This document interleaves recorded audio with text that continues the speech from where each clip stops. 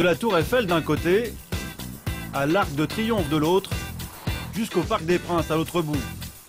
Voici le 16e arrondissement, l'un des quartiers les plus huppés de Paris. L'arrondissement bon chic bon genre par excellence. Un territoire de 5 km² qui concentre la bourgeoisie installée et la jeunesse dorée de Paris. Immeubles de standing et hôtels particuliers, a priori un arrondissement tranquille et bien sous tout rapport. Mais ce petit coin de paradis n'est pas si paisible qu'il en a l'air. 1h du matin. Les policiers du commissariat viennent d'être appelés pour une bagarre dans le quartier. Départ en trombe de la brigade de proximité. Pas une minute à perdre pour les lieutenants Olivier Géron et Karine Technay. Coéquipiers mais aussi vrai couple dans le civil. À l'arrière, le 3e homme d'équipage. 14 Boulainvilliers. Agression sur Ouais, bac 16, TN16 de TL Victor 16, on est également dans le coin. Allez, c'est parti, du bleu. Le lieu de l'agression n'est qu'à quelques rues du Central 16. Mais soudain, un véhicule déboule en sens interdit. C'est là, hein, c'est le secteur. Hein. Olivier et Karine pensent que c'est une voiture de police. C'est qu'il y a contresens. C'est chez nous, ça. Qui là? C'est toi, en diagonale. Mais surprise, c'est un puissant 4x4 qui leur fonce dessus. Putain, merde, le bourg. On descend, Repars. Elle peut pas nous faire signe. du bleu. Le bleu. Et du bleu.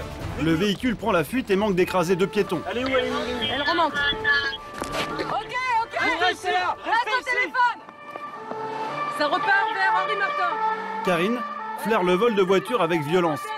On appelle cela le carjacking. Ouais, l'affaire de rue Greuze, ça redescend vers Henri Martin. Je sais pas si c'est pas un carjacking. Henri Martin. C'est un Cayenne. 100 km/h dans les rues tranquilles du 16e.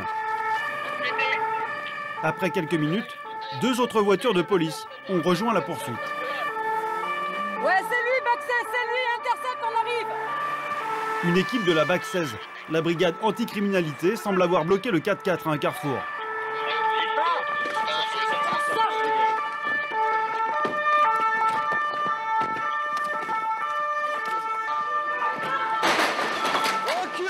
Sous leurs yeux, le chauffeur remet les gaz et percute un taxi parisien au passage. C'est parti. C'est parti pour une deuxième course-poursuite. Les policiers ont tout juste eu le temps d'apercevoir le conducteur et un passager. On laisse tous les deux bleus, vous attachez derrière. Vous attachez. Que le mec il est barge quoi.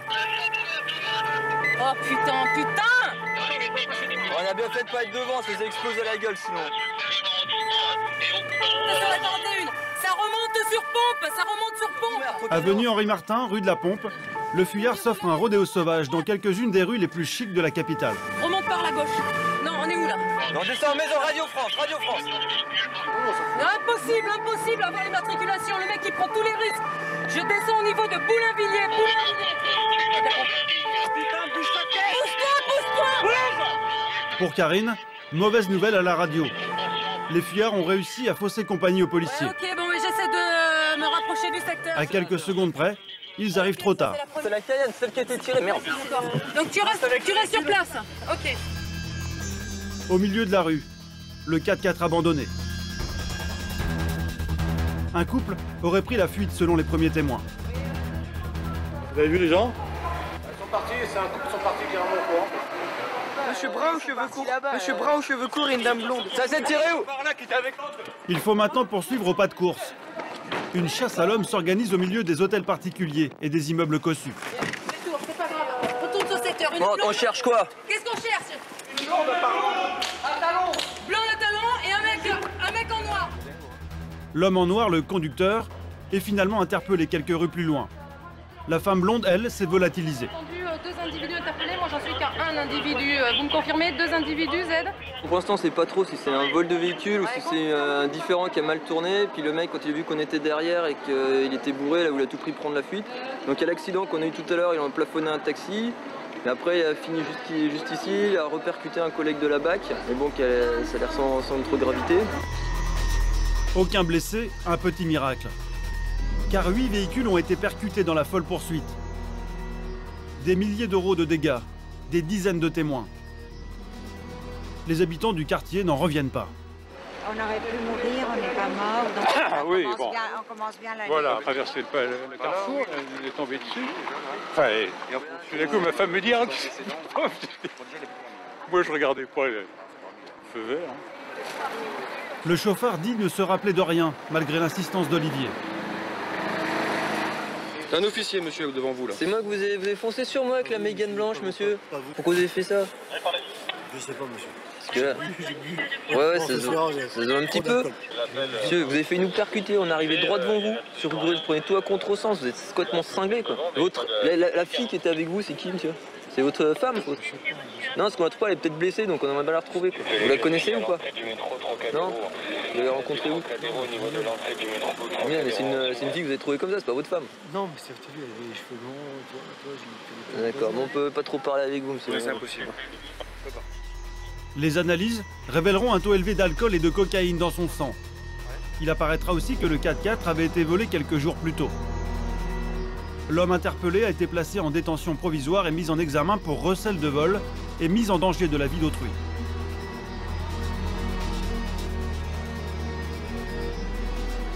Des affaires comme celle-ci, c'est presque la routine pour Karine et Olivier, le couple de policiers des Beaux-Quartiers. Mais nous, l'essentiel, c'est qu'on ramène tout le monde à la maison, qu'il n'y ait pas de casse et tout va bien, c'est le principal. Depuis qu'il est policier dans le 16e arrondissement, Olivier a découvert une délinquance bien particulière au quartier chic. Ici, les rodéos se font en voiture de luxe. Et les cambriolages se chiffrent en millions d'euros. Car les villas de milliardaires, de grands patrons et de stars du showbiz attisent toutes les convoitises. Voleurs de tout poil rivalisent d'imagination pour dévaliser la belle société et les boutiques de luxe. Les riches habitants d'Auteuil ou Passy sont la cible du racket et des escroqueries en tout genre. Une criminalité à part, dans un monde à part. Pour explorer l'envers du décor, nous avons suivi pendant plusieurs mois les policiers des Beaux-Quartiers. Jaguar, modèle ignoré. Olivier, 31 ans, un lieutenant du groupe de soutien à la police de proximité. Nous découvrirons avec lui les petits trafics de drogue de la jeunesse dorée. Oui, il présente bien, etc. Il part en soirée, il est dans la finance, il prend un petit peu de coke parce que c'est le week-end. Pour eux, c'est rien, c'est pas sûr que là, il allait repartir tranquillement. Bouge pas, bouge pas. Il nous emmènera aussi dans ses opérations les plus chaudes. Interpeller les hooligans au Parc des Princes pour éviter qu'ils ne viennent tout casser dans le sud du 16e arrondissement. Là, ils sont tous en train de se mettre dessus, les mobiles ont déjà gazé, donc c'est un peu tendu, quoi. Et moi, j'arrive avec tout le matériel pour équiper les collègues. Pour les affaires pas comme les autres, il y a Hervé et Karim, deux enquêteurs du groupe de recherche et d'investigation. Oui, je te bouge pas. Qu'est-ce que tu foutais là? Avec eux, plongés dans les dessous chics de la capitale. Sexe, drogue et extorsion de fonds. À leur côté, nous vivrons l'arrestation d'un étrange réseau de prostituées gays qui terrorise les riches homosexuels du 16e. C'est à qui? C'est à ta copine? C'est à qui? C'est à qui? C'est à qui? Mais voilà, c'est ce qu'on cherche depuis le départ. Enfin, nous suivrons Claude, un pilier de la BAC depuis 26 ans. De filature en interpellation musclée, il nous emmènera sur les traces d'étonnants cambrioleurs. Il nous fera aussi découvrir un mystérieux gang de voleurs mongols. Ils ne viennent pas comme ça de Mongolie, par avion ou à bateau, tout seul, quoi. Il y a des gens qui les mettent au travail. Voilà.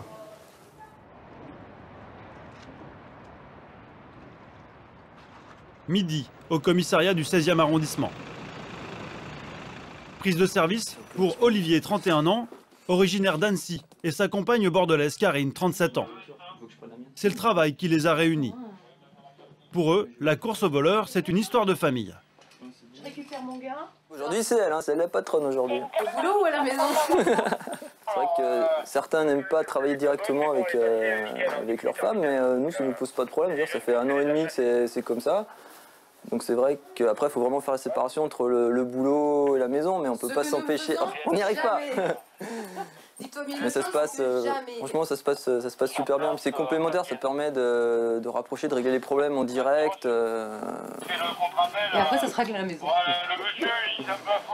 Depuis qu'ils sont en poste dans le 16e, Olivier et Karine se frottent tous les jours à la bourgeoisie et aux grandes fortunes. Ici, le moindre contrôle routier peut virer à la lutte des classes. C'est le cas cet après-midi, porte Dauphine. Bon, allez, petits jeunes, là, on prend des voitures. Allez, allez, que de la berline, du gros, du lourd. Comme tous les jours, un défilé de grosses cylindrées et de conducteurs impatients. Bonjour monsieur, police nationale, vous coupez le contact s'il vous plaît, contrôle de la route. J'aimerais savoir si vous avez le droit. Bah oui monsieur, article R233 du code de la route, afin de vérifier si vous êtes titulaire du permis de conduire, de l'assurance et de la carte grise. Oui, ce serait mieux que vous occupiez d'autres gens, que les gens qui viennent du boulot et qui sont... Oh, baissez d'un ton monsieur. Je suis pas content. On a aussi un prototype de client du 16 qui pense connaître les lois, etc. Mais en fait, ils y connaissent rien du tout. Bon, on est aux frontières de l'outrage. Donc après, bon, ça nous de calmer le jeu, parce que sinon, c'est vrai qu'on ramènerait vraiment beaucoup de monde. Et il y a pire encore. Olivier vient d'être appelé à quelques rues de là pour raisonner un chauffeur récalcitrant. L'homme s'est enfermé dans sa voiture pour éviter la fourrière. Bonjour monsieur, lieutenant Géron du 16e arrondissement. Donc je vous explique un petit peu, là vous êtes dans la pure illégalité en train de commettre un délit qui est passible d'une peine de prison. Bon, en l'occurrence monsieur, votre véhicule est levé, donc oui, une mesure qui a été prise. Alors il est levé et je paye le... Non, monsieur. non. Allez, c'est bon, on sort, on tient la main. Voilà. On ouvre la porte, Pauline, ouvre la porte. Vous évitez tout de suite d'ouvrir les portes. Non mais monsieur, là c'est on fait ce qu'on veut là maintenant, je peux me casser les vitres si j'ai envie. Alors arrêtez, je vais ouvrir la porte. Voilà, vous ouvrez. Non, je vous tiens la main juste pour ouvrir, c'est tout. Non, vous ouvrez la porte. Ouvrez la porte. Je vais sortir, vous me prenez pour un délinquant quoi. Lâchez-moi. Je sais bien, monsieur, je sais que vous êtes un travail. Vous ne croyez pas? Non, je vous vous crois. donne ma parole que j'ouvre la porte. D'accord, j'ai votre parole, je vous laisse. Ok. Voilà. Donc vous descendez du véhicule. Il n'y a pas besoin d'être... Vous réglez la mise en fourrière et c'est bon. Finalement, le chauffeur échappe à la mise en fourrière en payant sur le champ 135 € d'amende. Je trouve ça scandaleux, c'est un scandale, je suis pas d'accord. Bon, je suis pas d'accord. Mauvaise humeur, mauvaise foi et un certain mépris pour la police. C'est le quotidien des policiers de l'Ouest parisien. Ils vont prendre l'assurance parce qu'ils ont de l'argent et c'est des gens qui sont habitués à diriger des entreprises, qui sont habitués à avoir de l'argent, donc ils ont ce qu'ils veulent. C'est vrai que nous on a l'épine dans le pied parce qu'ils ont pas de... Ils essaient d'avoir de l'emprise sur nous mais ils en ont pas. Un PDG qui a 1500 personnes qui peut lourder du jour au lendemain, oui, il va se prendre 35 € parce qu'il est mal garé, il a du mal à comprendre. C'est pas dans sa logique. Les chauffeurs récalcitrants, ce n'est pas la seule spécialité des quartiers riches. Lorsque les policiers du 16e sont appelés, une fois sur deux, c'est pour un vol. Sac à main arraché ou adolescents de bonne famille rackettés en pleine rue. «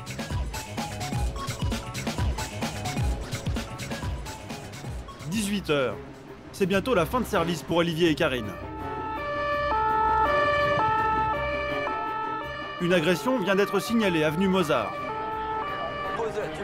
Un garçon d'une quinzaine d'années a été menacé par un homme armé d'un couteau. Et il en tremble encore. Il te menace comment? Il m'a mis comme ça, en travers. D'accord.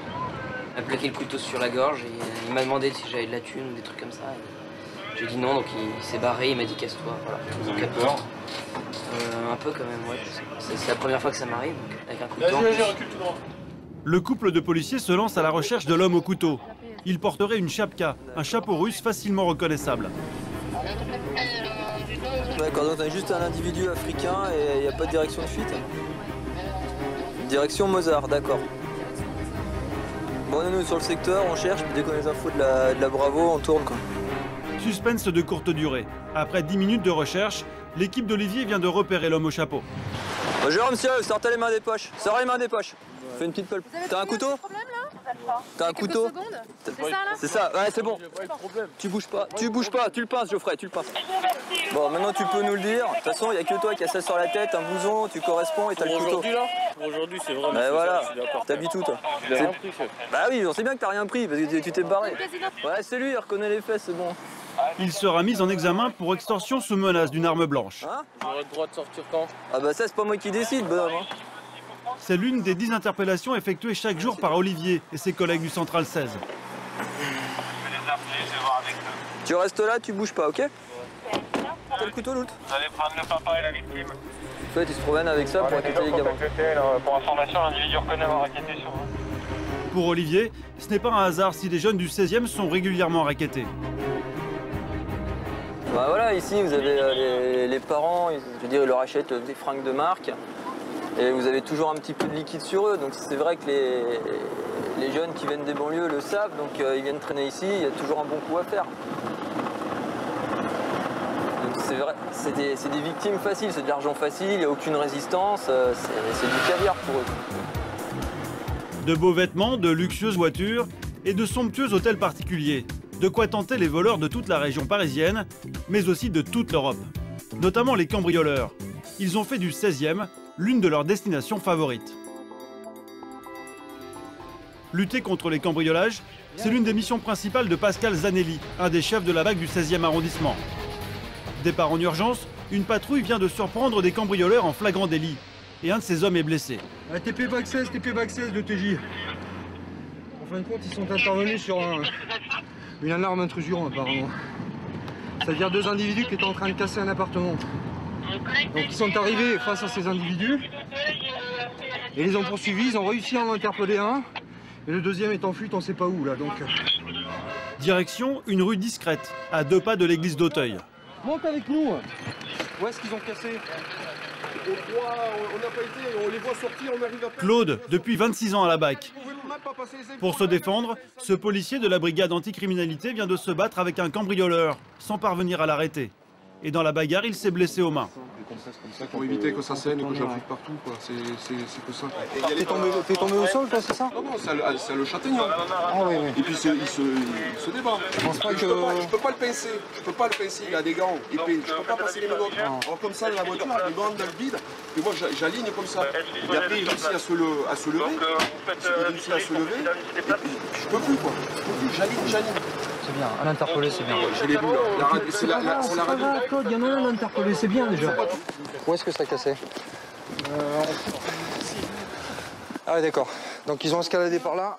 Les casseurs ont choisi une résidence tranquille qui donne sur un jardin privé. Ah ouais, c'est vrai que là c'est hyper tranquille pour casser. Hein. Dans l'obscurité comme ça. Même au premier étage, il faut fermer les volets, quoi. Une précaution que n'avait pas prise la propriétaire. C'est cette femme de dos, elle tient à rester anonyme. Prévenue par la police, pour elle, c'est le choc. Faites quoi dans la vie, madame? Vous avez des dossiers sensibles chez vous? Non, du tout. D'accord. Et je n'ai aucun appareil, genre ordinateur, j'ai tout dans mon bureau. D'accord, très bien. Pas besoin de déconnecter l'alarme. Ne touchez rien. C'est déjà fait. C'est une alarme silencieuse ou c'est... Ils l'ont déconnecté, il y avait une boule ici. D'accord. Donc ils ont déconnecté... Non, mais c'est normal. C'est pas possible. C'est normal. L'alarme était là, donc là-bas, elle était fixée en haut. C'est ça? Donc ils l'ont sectionné, ils l'ont neutralisé. Mais heureusement qu'il y a une télésurveillance. Donc il y a un relais. Voilà. C'est celle-ci, voilà. Ils sont rentrés par derrière. Voilà. Ouais. Ah, c'est ça, hein? Ouais. Alors qu'est-ce qu'ils ont pris? C'est des vieilles fenêtres, ça, et en fait, il suffit de pousser par à coup. Et comme c'est des vis qui sont dans du vieux bois, ça a pété. Presque rien n'a été touché. Pour Pascal, pas de doute. Ceux qui ont pénétré ici sont des professionnels. Et ils cherchaient quelque chose de très précis. Ils ont bien ouvert là. Et évidemment, ils ont pris la boîte avec les bijoux. Ils m'ont pris une boîte avec mes bijoux de valeur. D'accord. Ils ont vidé. Ils ont bien eu le temps d'ouvrir tout. Hein. Ils ont pris les bijoux, c'est sûr, hein, d'après ce que je vois. Bon, apparemment, ce sont des professionnels, hein, ils font que ça. Hein, bon, qu'est-ce qu'ils peuvent prendre? De l'argent ou des bijoux, c'est tout? Oui, ce qui est facilement transportable. Hein. Valeur du butin, près de 10 000 €. Mais les bijoux volatilisés vont être aussitôt retrouvés. Surpris par les policiers, dans leur fuite, les 2 cambrioleurs se sont débarrassés de leur butin dans le caniveau. Au commissariat, c'est l'heure de l'inventaire. Ça, c'est également à vous, hein, tout ça. Ouais, ça a de la valeur? Ça, oui, Soulagement pour la propriétaire des bijoux. Ne manque que 2 bagues en or. Valeur 500 €. Oui, mes petites médailles de vierge. Oui, tout ça. Ils ont paniqué, ils ont lâché. Mais bon, dans la Sainte Vierge, merci. Je vais pas arrêter de prier. Le voleur interpellé a une trentaine d'années. Originaire d'Europe de l'Est, il a déjà été condamné pour cambriolage et il sort tout juste de prison. Lui, il est macédonien. Voilà. Alors l'autre, on ne sait pas. Ce sont des gens des pays de l'Est, donc celui qui est interpellé a une fiche active de recherche pour être reconduit à la frontière. Menacé d'expulsion, l'homme choisit de nier en bloc. Il affirme aussi ne rien connaître de son complice présumé. Ils vous ont vu sortir par une porte qui donne sur le jardin de l'adresse que je vous ai donnée. Comment vous l'expliquez ça si vous n'êtes pas rentré? Vous dites que vous n'êtes pas rentré? Non, j'ai oublié. Alors, qui est votre ami? Qu'est-ce que vous savez sur lui? Qui s'appelle Alex? Oui. Vous savez autre chose de lui? Il habite dans les hôtels, parfois, chez ses amis. Depuis quand vous le connaissez? Ça fait peut-être plus de 3 semaines. Ce soir, le préjudice est minime. Mais dans le 16e arrondissement, certains cambriolages peuvent battre des records.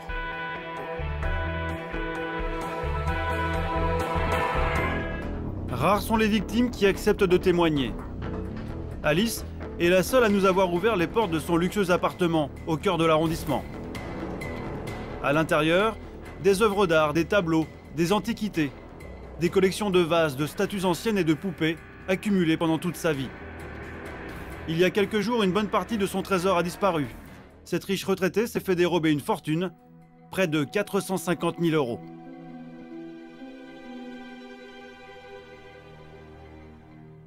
Là, c'est le coffre dans lequel il y avait toute ma ménagère. Il devait y avoir, je sais pas, 15 à 17 kilos. Hein. Tout est parti. C'est rempli d'argenterie. Tout est rempli. C'était un service qui était rarissime. Enfin, pour moi, je trouvais qu'il était rarissime parce qu'il était très joli et ancien, voilà. Eh bien, voilà, c'est fini. C'est fini, il n'y a plus qu'à essayer de passer le stress et de... Voilà. Et ça, c'est difficile. C'est difficile parce que en plus, c'est cette insécurité qui vous matraque. Alice est encore effrayée par son cambriolage. Un scénario incroyable, digne d'un film policier. Elle est dans sa cuisine lorsque les voleurs s'introduisent chez elle. C'est la fin d'après-midi. J'étais, moi, ici, en train de faire ma popote, si on peut dire, et ma soeur qui était en train d'écouter ses annonces de téléphone. Pendant ce temps-là, à l'autre bout de sa vaste maison, les cambrioleurs font des allers-retours entre les salons et le jardin. En moins d'une demi-heure, ils emportent des dizaines d'objets.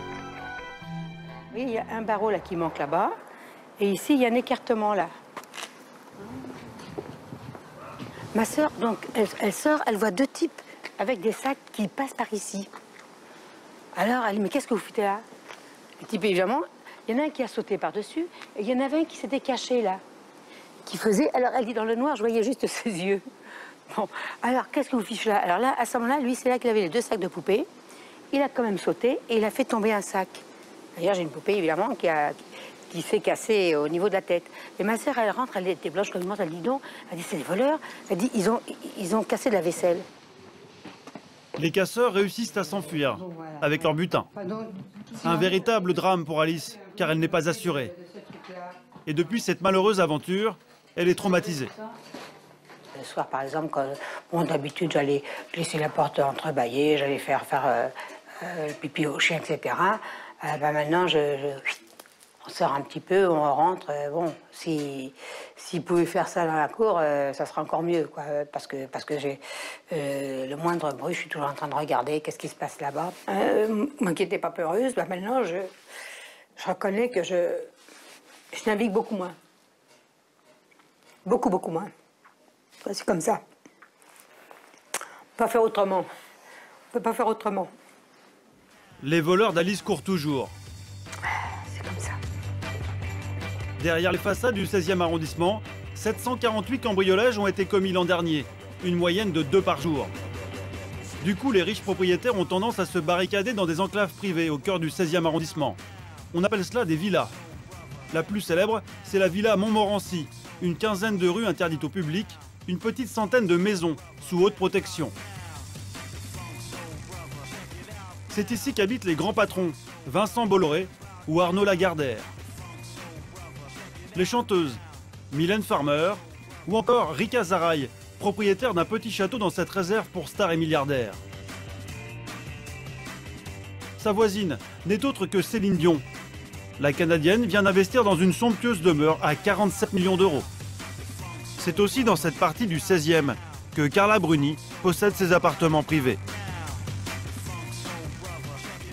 Ce décor de rêve, c'est le lieu de travail d'Olivier, le lieutenant du groupe de soutien à la police de proximité. C'est que des maisons individuelles comme ça. Alors, bon, c'est un truc en province, ça serait une maison de notable, petite maison bourgeoise, mais à Paris, ça n'a pas de prix.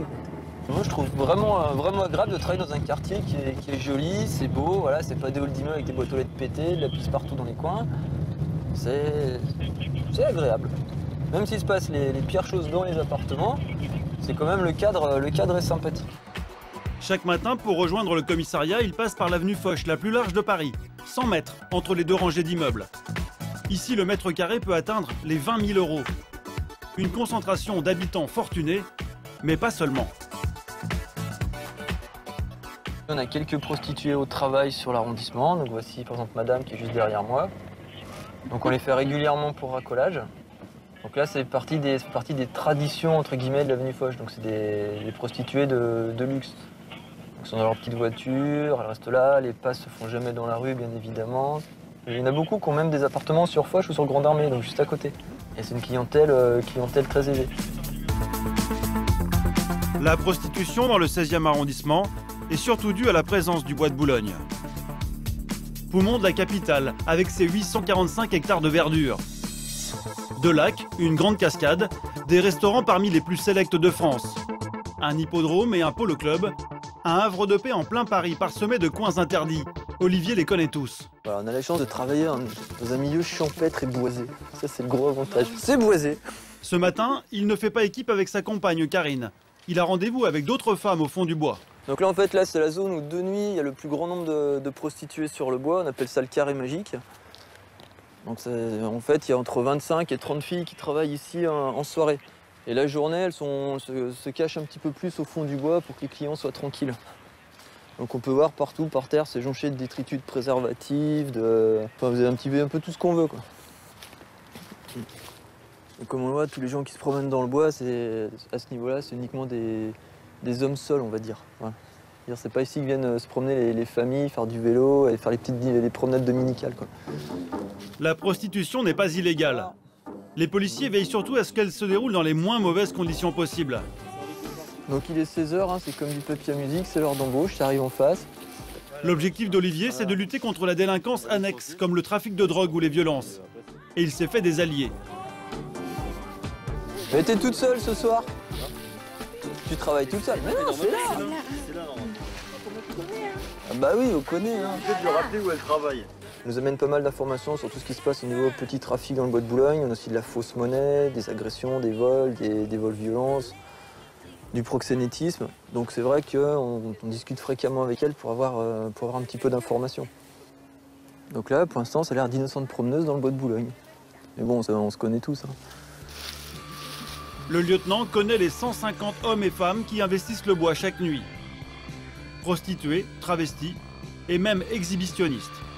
Comme dans cette rue où des hommes se masturbent en public. Ils sont une nuisance, mais pas un problème majeur pour la sécurité des beaux quartiers. Ce qui inquiète les policiers, ce sont surtout les nouvelles formes de prostitution qui se développent sur Internet. Depuis quelques mois, les membres du GRI, le groupe de recherche et d'investigation, ont été alertés d'une nouvelle forme de délinquance, à mi-chemin entre la prostitution et l'extorsion de fonds.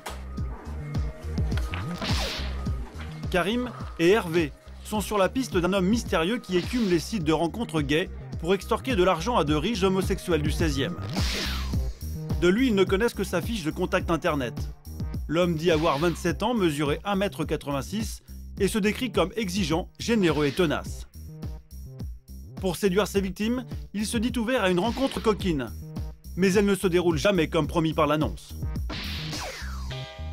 Il n'y a pas systématiquement de relations sexuelles. Il a rendez-vous avec les victimes et il les menace directement pour avoir l'argent. Celui de ce matin, il était sur le point de le faire. Il a envoyé à la douche, mais après il n'a rien fait et il a obtenu ses 600 €. Ces victimes ont toujours le même profil. Des hommes de 40 à 70 ans, de préférence seuls et riches. J'ai hôtelier, ancien chirurgien et ancien courtier, je crois. Ancien courtier. À mon avis, il doit les juger très très rapidement et savoir que c'est des pigeons potentiels. Voilà. Et là, c'est le cas parce qu'à chaque fois, c'est un coup de fil, c'est direct dans la chambre, voilà, pour une prestation sexuelle. Donc, il n'y a même pas à chercher à comprendre, quoi. Donc, ils savent qu'en général, la plupart des personnes âgées qui fréquentent ces sites-là, c'est purement pour l'acte sexuel. Bonjour, monsieur. Déjà 2 plaintes déposées. Ce matin, Karim reçoit une 3e victime. un chef d'entreprise d'une cinquantaine d'années, encore traumatisé par sa mauvaise rencontre. Il commence à me montrer son poing. J'ai senti qu'il était très décidé, une agressivité froide. Et c'est lui qui a pris l'argent ou il vous a obligé à le remettre? Ah, il a obligé, ça durait très longtemps. Hein. Il vous a grippé? Ah oui. Vous avez bien c'est pour ça que j'ai bien vu. Il vous a bousculé? Il m'a bousculé, parce que j'ai même commencé à ouvrir la fenêtre, à crier. Bon, et c'est lui qui s'est servi ou c'est lui? Non, parce que c'était ça C'était dans une boîte de médicaments. D'accord. Non, j'ai abandonné ce que j'avais dans mon portefeuille. D'accord. J'ai eu très peur. Ouais. Il vous a... 600 €. 600 € il vous a pris? Ouais. Et sans qu'il y ait Je particulièrement... pense, c'est rien, parce que j'avais des dollars qui me restaient d'un voyage que j'avais gardé. Et pareil, le même mode... C'est exactement le même mode opératoire. C'est, sur Internet, c'est le même tout est identique. D'accord. Les policiers ont récupéré un élément capital, l'adresse IP de l'ordinateur de l'escroc. Cette adresse informatique pourrait permettre de localiser l'endroit d'où l'homme se connecte à Internet. Alors l'adresse IP c'est 90.1.16. Je vais les appeler pour savoir si c'est au même service qu'on doit adresser ça. Voilà. Il change assez souvent. Non, là sur les 5 derniers jours, ces 5 derniers jours, c'est toujours la même. Moi je pense qu'il est, il est dans le 16e arrondissement. Donc il peut très bien aller dans un café, un cybercafé dans le coin. Avec ces quelques informations, vont-ils parvenir à interpeller les racketteurs? Vous le verrez, ils ne sont pas au bout de leur surprise. Oui, je bouge pas. Qu'est-ce que tu foutais là? Tourne-toi. Retour avec Olivier. Aujourd'hui, avec son équipe, il patrouille dans le coin le plus sensible du 16e arrondissement, les abords du Parc des Princes un jour de match. Ce mastodonte de béton, c'est le stade du PSG. Et ce soir, le club de la capitale reçoit l'équipe hollandaise de Twente pour un match de Coupe d'Europe. Des milliers de supporters vont bientôt déferler dans le quartier. Tout peut arriver, la tension monte. Comment dire, c'est un endroit qui est difficile à tenir, parce qu'il y a la porte de Saint-Cloud, il y a pas mal de parcs et jardins. Donc des lieux où les supporters se rassemblent avant les matchs pour consommer de l'alcool en grosse quantité. Donc c'est vrai qu'on a, on a tout un dispositif aussi de lutte contre les personnes ivres à l'intérieur des stades. Donc on essaie de faire un maximum de prévention avant le match, d'identifier les groupes de supporters, ceux qui sont vraiment alcoolisés, pour être toujours disponible pour parer vraiment à un gros événement qui pourrait avoir lieu, des actes une émeute qui se produira au Parc des Princes. Des émeutes, il y en a régulièrement. Et parfois, leur issue est dramatique. Il y a 2 ans, un match entre le PSG et Tel Aviv. À la fin de la rencontre, une soirée de violence. Des supporters parisiens saccagent tout sur leur passage. Ils prennent violemment à partie un supporter israélien qui se réfugie dans un fast-food. Pour le protéger, un policier en civil sort son arme et tire. Un supporter meurt, touché en plein cœur. Il est 16 h, le coup d'envoi du match approche. Depuis l'aube, tout autour du Parc des Princes, la police fait place nette. Voitures enlevées, accès bloqué, une vraie galère pour les riverains. Et c'est comme ça tous les 15 jours en moyenne.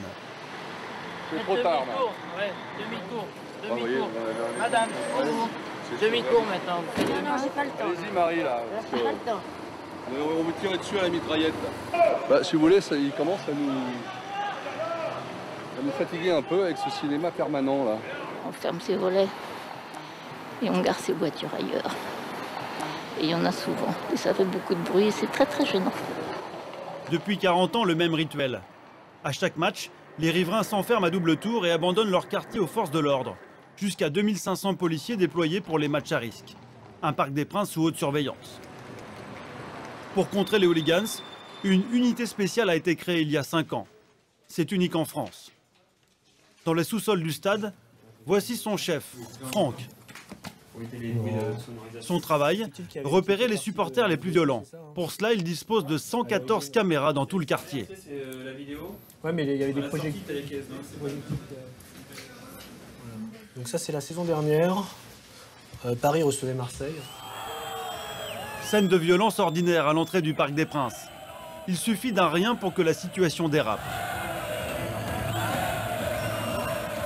Oui, on est un peu comme dans les cadres de manifestations où les gens sont présents, ils ne commettent pas réellement des infractions, c'est des bousculades, des empoignades. Et alors que ça peut concerner une dizaine de personnes, tout d'un coup on peut voir une cinquantaine, voire une centaine de supporters être impliqués dans des affrontements comme ça, que ça soit avec les stadiers, avec les forces de l'ordre ou même avec des supporters adverses. Pour certains hooligans, la bagarre de rue fait partie de la sortie au stade. Ça s'appelle les fights, des rendez-vous fixés à l'avance entre supporters pour en découdre, sans règles et sans limites. Le cauchemar de Franck et son équipe. Là, carrément, ils ont pris rendez-vous sur un stade. Chaque équipe s'encourage comme dans une équipe de rugby. Et puis, voilà, on se rentre dedans. Voilà, puis on tape. Ce que Franck cherche à éviter à tout prix, c'est ça. Un combat à mort entre supporters, tourné ici par une caméra amateur sur un stade polonais. Une vraie bataille rangée. Coups de pied, coups de tête et rapidement de nombreux blessés. Selon le policier, si l'on ne fait rien, ça peut arriver à tout moment dans le 16e arrondissement. Donc c'est un petit peu... Non, faut pas réfléchir bien longtemps. Hein. C'est juste un défouloir. Et puis après, tout ça, c'est bien évidemment commenté sur Internet, sur les forums supporters. Où voilà, on vous amitié, c'est bon, c'est nous les plus forts. Ils se disent vainqueurs de l'affrontement. Ça va pas bien loin, quoi. À quelques heures du début du match, tension maximum. Les supporters hollandais ont une réputation de casseurs. Tout le monde redoute que la soirée ne dégénère. Et effectivement, le 16e va connaître des heures chaudes. À l'autre bout du quartier, Claude de la BAC. Ouais, je vais voir les mecs. Là. Quelques jours après sa bagarre, les doigts ont cicatrisé. Cet après-midi, il est à l'affût. Ce ne sont pas des cambrioleurs qu'il traque, mais les voleurs à l'étalage, attirés par les boutiques de luxe des quartiers chics. Il y a quelques années, des bandes de Roumains écumaient le quartier. Aujourd'hui, un mystérieux gang de Mongols a pris la relève. Nous sommes aux abords de l'avenue de Passy, un samedi après-midi. Claude vient de repérer une voiture suspecte. Il engage la filature. Ouais, suivi, on est pas loin.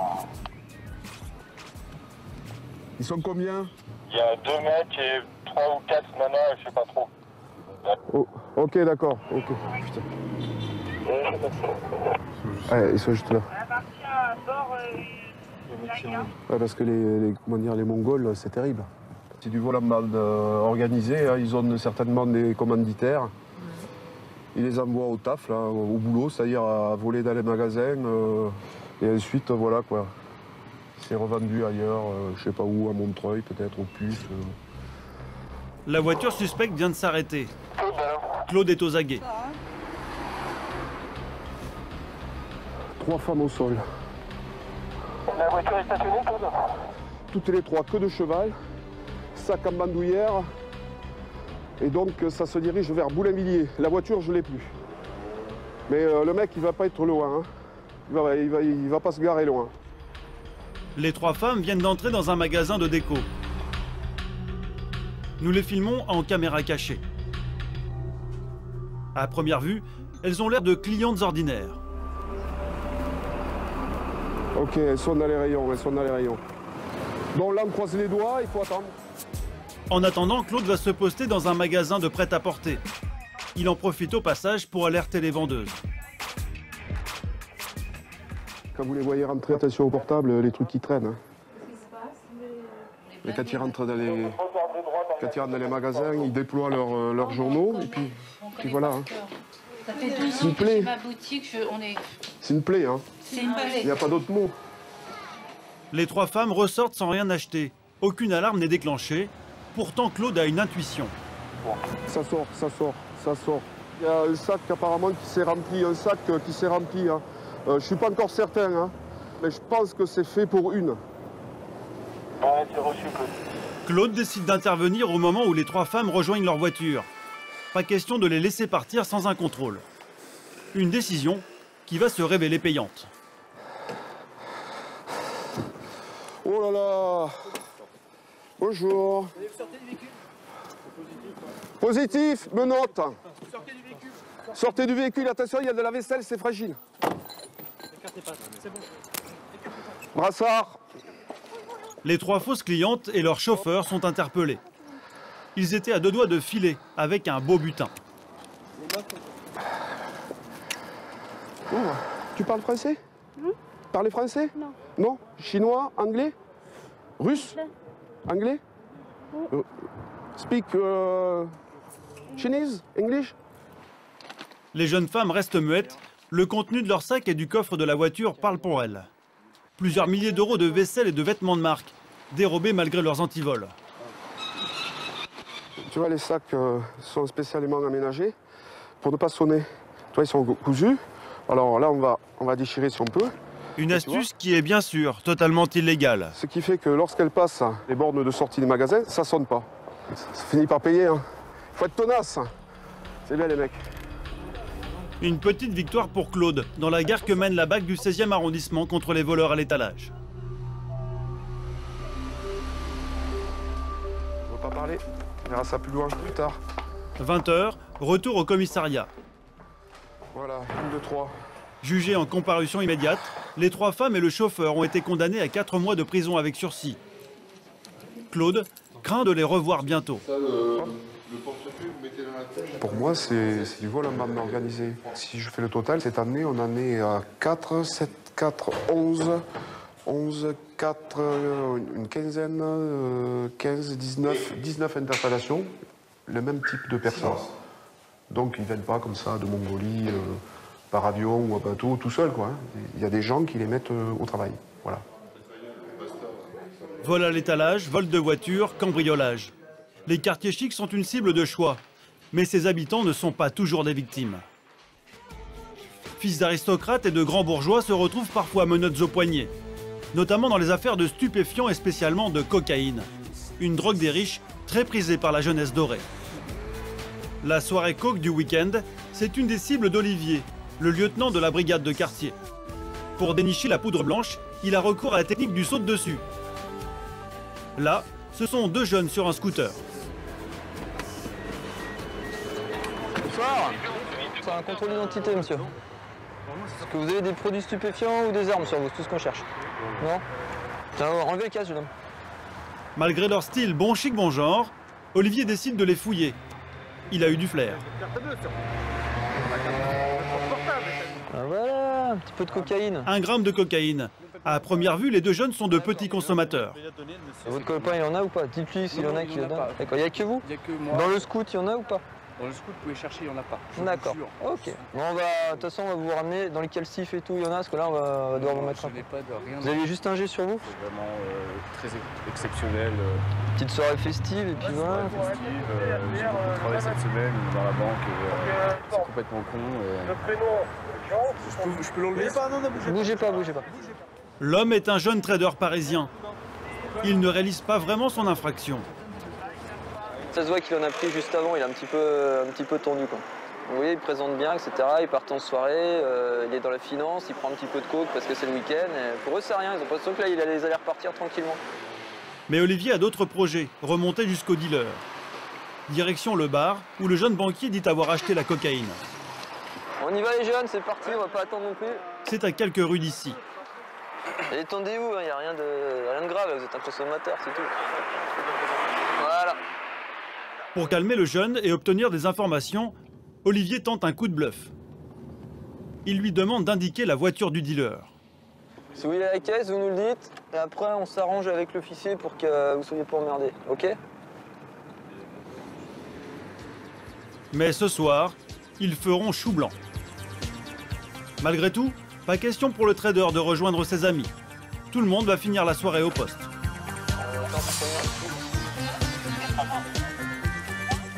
Au cours de son audition, le banquier va lâcher le numéro de téléphone de son dealer. Pour l'instant, il n'a pas été arrêté. Pour Olivier, il y aurait des dizaines de petits trafiquants dans ce quartier huppé de la capitale. 20h55. Place Victor Hugo, il y a pas mal de consommation, de petits trafics, c'est surtout festif, donc c'est le vendredi, le samedi soir. C'est pareil, c'est pas des deals à ciel ouvert, etc. C'est que par connaissance. Voilà, ça s'est fait dans un bar, mais le type peut aussi bien livrer à domicile. Et en fait, les gens s'échangent le numéro de téléphone du mec qui fait les livraisons. Donc une fois qu'on a le numéro, on peut commencer à travailler de façon sympa et puis essayer de remonter un petit peu. Pour le jeune consommateur, La soirée festive se termine en garde à vue. Le lendemain matin, il sera relâché et ne devrait pas être poursuivi.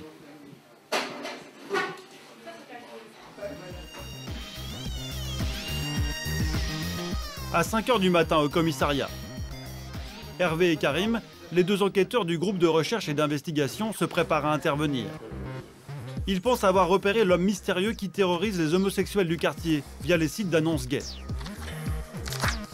Et ils s'apprêtent à lui rendre une petite visite.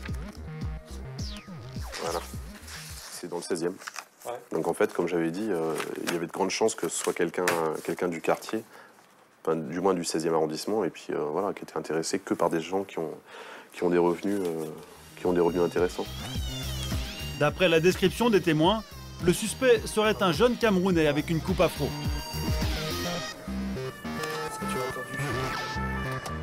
L'ordinateur avec lequel le suspect communique a été localisé dans un petit immeuble, à 2 pas du Trocadéro.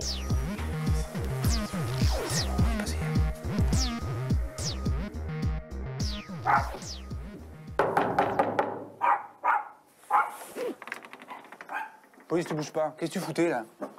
Tourne-toi. T'es tout seul là dans l'appart? Non, j'ai des amis qui sont... Ils sont où tes amis là? Allez, viens dans la chambre là-bas. Allez, bouge-toi là. Tu crois qu'on a que ça à faire de venir te chercher le matin? Assis-toi. Je suis en train de dormir. Ouais, t'es en train de dormir, t'as eu le bordel comme depuis tout à l'heure. Le suspect semble partager l'appartement avec un ami. Et problème, il a les cheveux très courts. Prends tes chaussures et ton blouson, toi, et on prend l'ordinateur. Pas du tout le look afro décrit par les victimes. Après une fouille minutieuse, c'est Karim qui va trouver la clé du mystère. C'est quoi ça? C'est à qui ça? J'ai du monde qui... C'est à qui ça? Une cousine. Ah, une cousine? Qu'est-ce que ça fait là? Elle a pas mal de ses vêtements. Visiblement, l'homme possède toute une collection de perruques. C'est à qui? C'est à ta copine? C'est à qui? C'est à qui? C'est à qui? Mais voilà, c'est ce qu'on cherchait c'est pas grave. depuis le départ. Mais d'ailleurs, tiens, tu vas descendre un peu mieux que ça. Alors attends. On va mettre ça ici. C'est reparti pour le commissariat. A tout de suite. J'adore quand on déroule sur la porte. On va mettre un peu l'affiche dans le quartier. Malgré les perruques et les indices, aucune preuve qu'il s'agisse bien du mystérieux correspondant repéré grâce à son adresse internet. D'autant que l'homme et son ami nient tout en bloc face à Karim. Confortez-vous dans votre petit jeu. Non mais confortez-vous, c'est bien. Ah mais moi je ne dis rien, moi je ne dis rien, je pose des questions, vous me donnez des réponses. Moi je retranscris directement ce que vous me dites. Sur des questions où il y a des évidences, où il y a une logique, sur des questions où il y a des évidences et des logiques, vous répondez mais complètement à côté de la plaque alors qu'on a la preuve pour chaque. On a la preuve pour tout. Bonjour. Les policiers décident de convoquer les victimes pour une séance d'identification. On pense que c'est la bonne personne. Mets-toi avec ton copain ici là. Là, mettez ça. Au milieu. Voilà, sur le côté. Voilà, et enlève ton manteau aussi. Le suspect est au centre avec le numéro 4. La première victime peut se présenter derrière la glace sans teint. Allez-y, allez monsieur. C'est le numéro 4. Regardez devant. Mais c'est le numéro 4, c'est évident. D'accord. Vous voulez monsieur? Aucun doute non plus pour la deuxième victime. Sans problème? Sans problème, c'est pas les... Ouais. C'était à peu près cette coiffure-là? Ah oui, cette coiffure-là et le face. Eh bien ça marche. Eh bien c'est bien ça. C'est bon. Déféré au parquet après sa garde à vue, il a été mis en examen pour extorsion et vol par ruse. Et on avait reçu toutes les réponses hier, toi, sur les... L'homme a fait des aveux. C'est Hervé qui les a recueillis.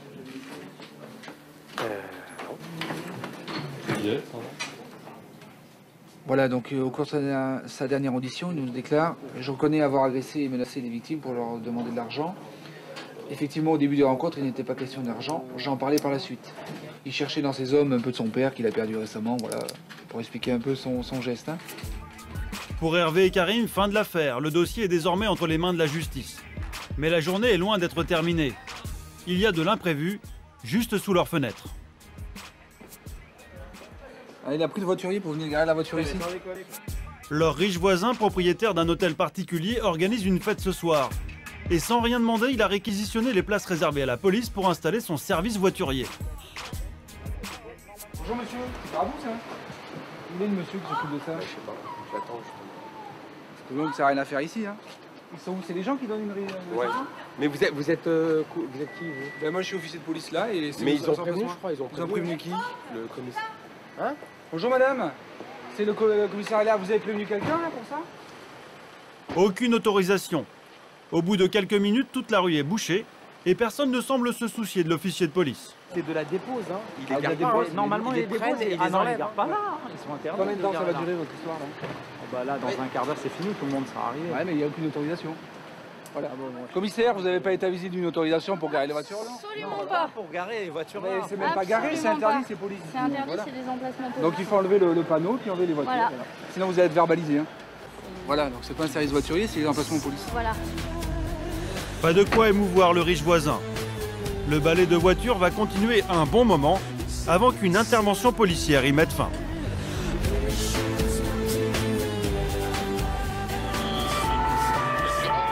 18h, à quelques centaines de mètres du commissariat, la situation a dégénéré aux alentours du Parc des Princes.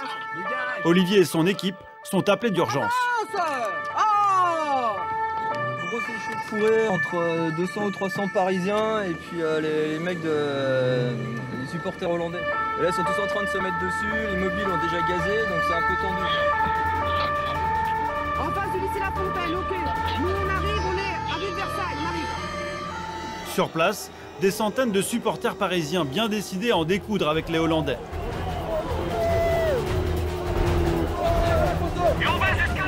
Deux heures avant le match, les gendarmes ont de plus en plus de mal à contenir les supporters. Dans les sous-sols du stade, le grand patron de la police du 16e, le commissaire divisionnaire Jean-Luc Mercier, a convoqué une réunion de crise. Pour votre information, je viens d'être avisé qu'un des supporters néerlandais a été blessé donc, à la tête par une hache, un coup de hache. Donc ça peut éventuellement avoir des répercussions sur notre travail ce soir. On a quelques craintes quand même par rapport aux supporters néerlandais. Hein. Ils sont là depuis longtemps, ils ont bu pas mal. Donc soyez vraiment attentifs et vigilants concernant la sécurité dans les interventions. À l'extérieur, les affrontements continuent. Pas de Hollandais dans les parages, alors une poignée de supporters parisiens surexcités décide de s'en prendre aux forces de l'ordre. Insultes, jets de pierres et d'objets divers. Sous pression depuis des heures, les gendarmes mobiles décident de charger. Mais rien n'y fait, les supporters reviennent à la charge. Au milieu des hooligans, Olivier et ses hommes en civil tentent d'isoler les meneurs. Mais face au nombre, pas grand-chose à faire. Là, on peut pas intervenir, c'est même pas la peine. Honnêtement, tu peux rien faire. Je veux dire, les mecs qui disent que quand ils sont à 300 au milieu, ça sert à rien, quoi. En fait, on attend de voir des petits groupes isolés qui commencent à péter, là on ira intervenir, mais là c'est pas la peine. Non.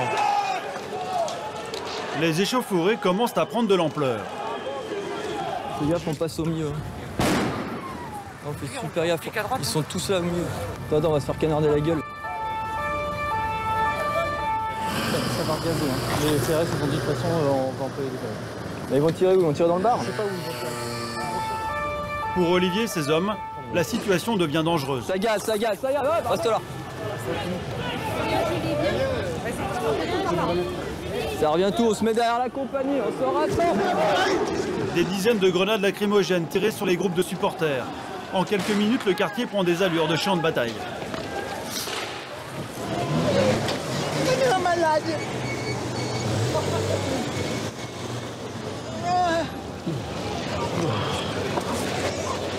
Pris dans les gaz lacrymogènes, Olivier et ses hommes battent en retraite et trouvent refuge derrière les CRS. C'est merde. Pendant ce temps-là, au centre de commandement de la police. Grâce aux caméras, Franck, le chef de la cellule anti-hooligans, est au cœur de l'action. Il tente d'identifier les casseurs. Et sous ses yeux, le scénario catastrophe. Regarde la fumée, t'as vu la fumée qui vient d'arriver? Oui, ça monte. Ah, ça passe, il y a un peu qui vient d'escalader, qui vient de passer de l'autre côté. Les hooligans ont réussi à contourner le dispositif policier. Ils prennent d'assaut le stade de rugby Jean Bouin, situé juste à côté du Parc des Princes. Par dizaines, ils en escaladent les grilles. Toujours pas de supporters hollandais en vue, c'est le stade de rugby qui fait les frais de la colère des hooligans.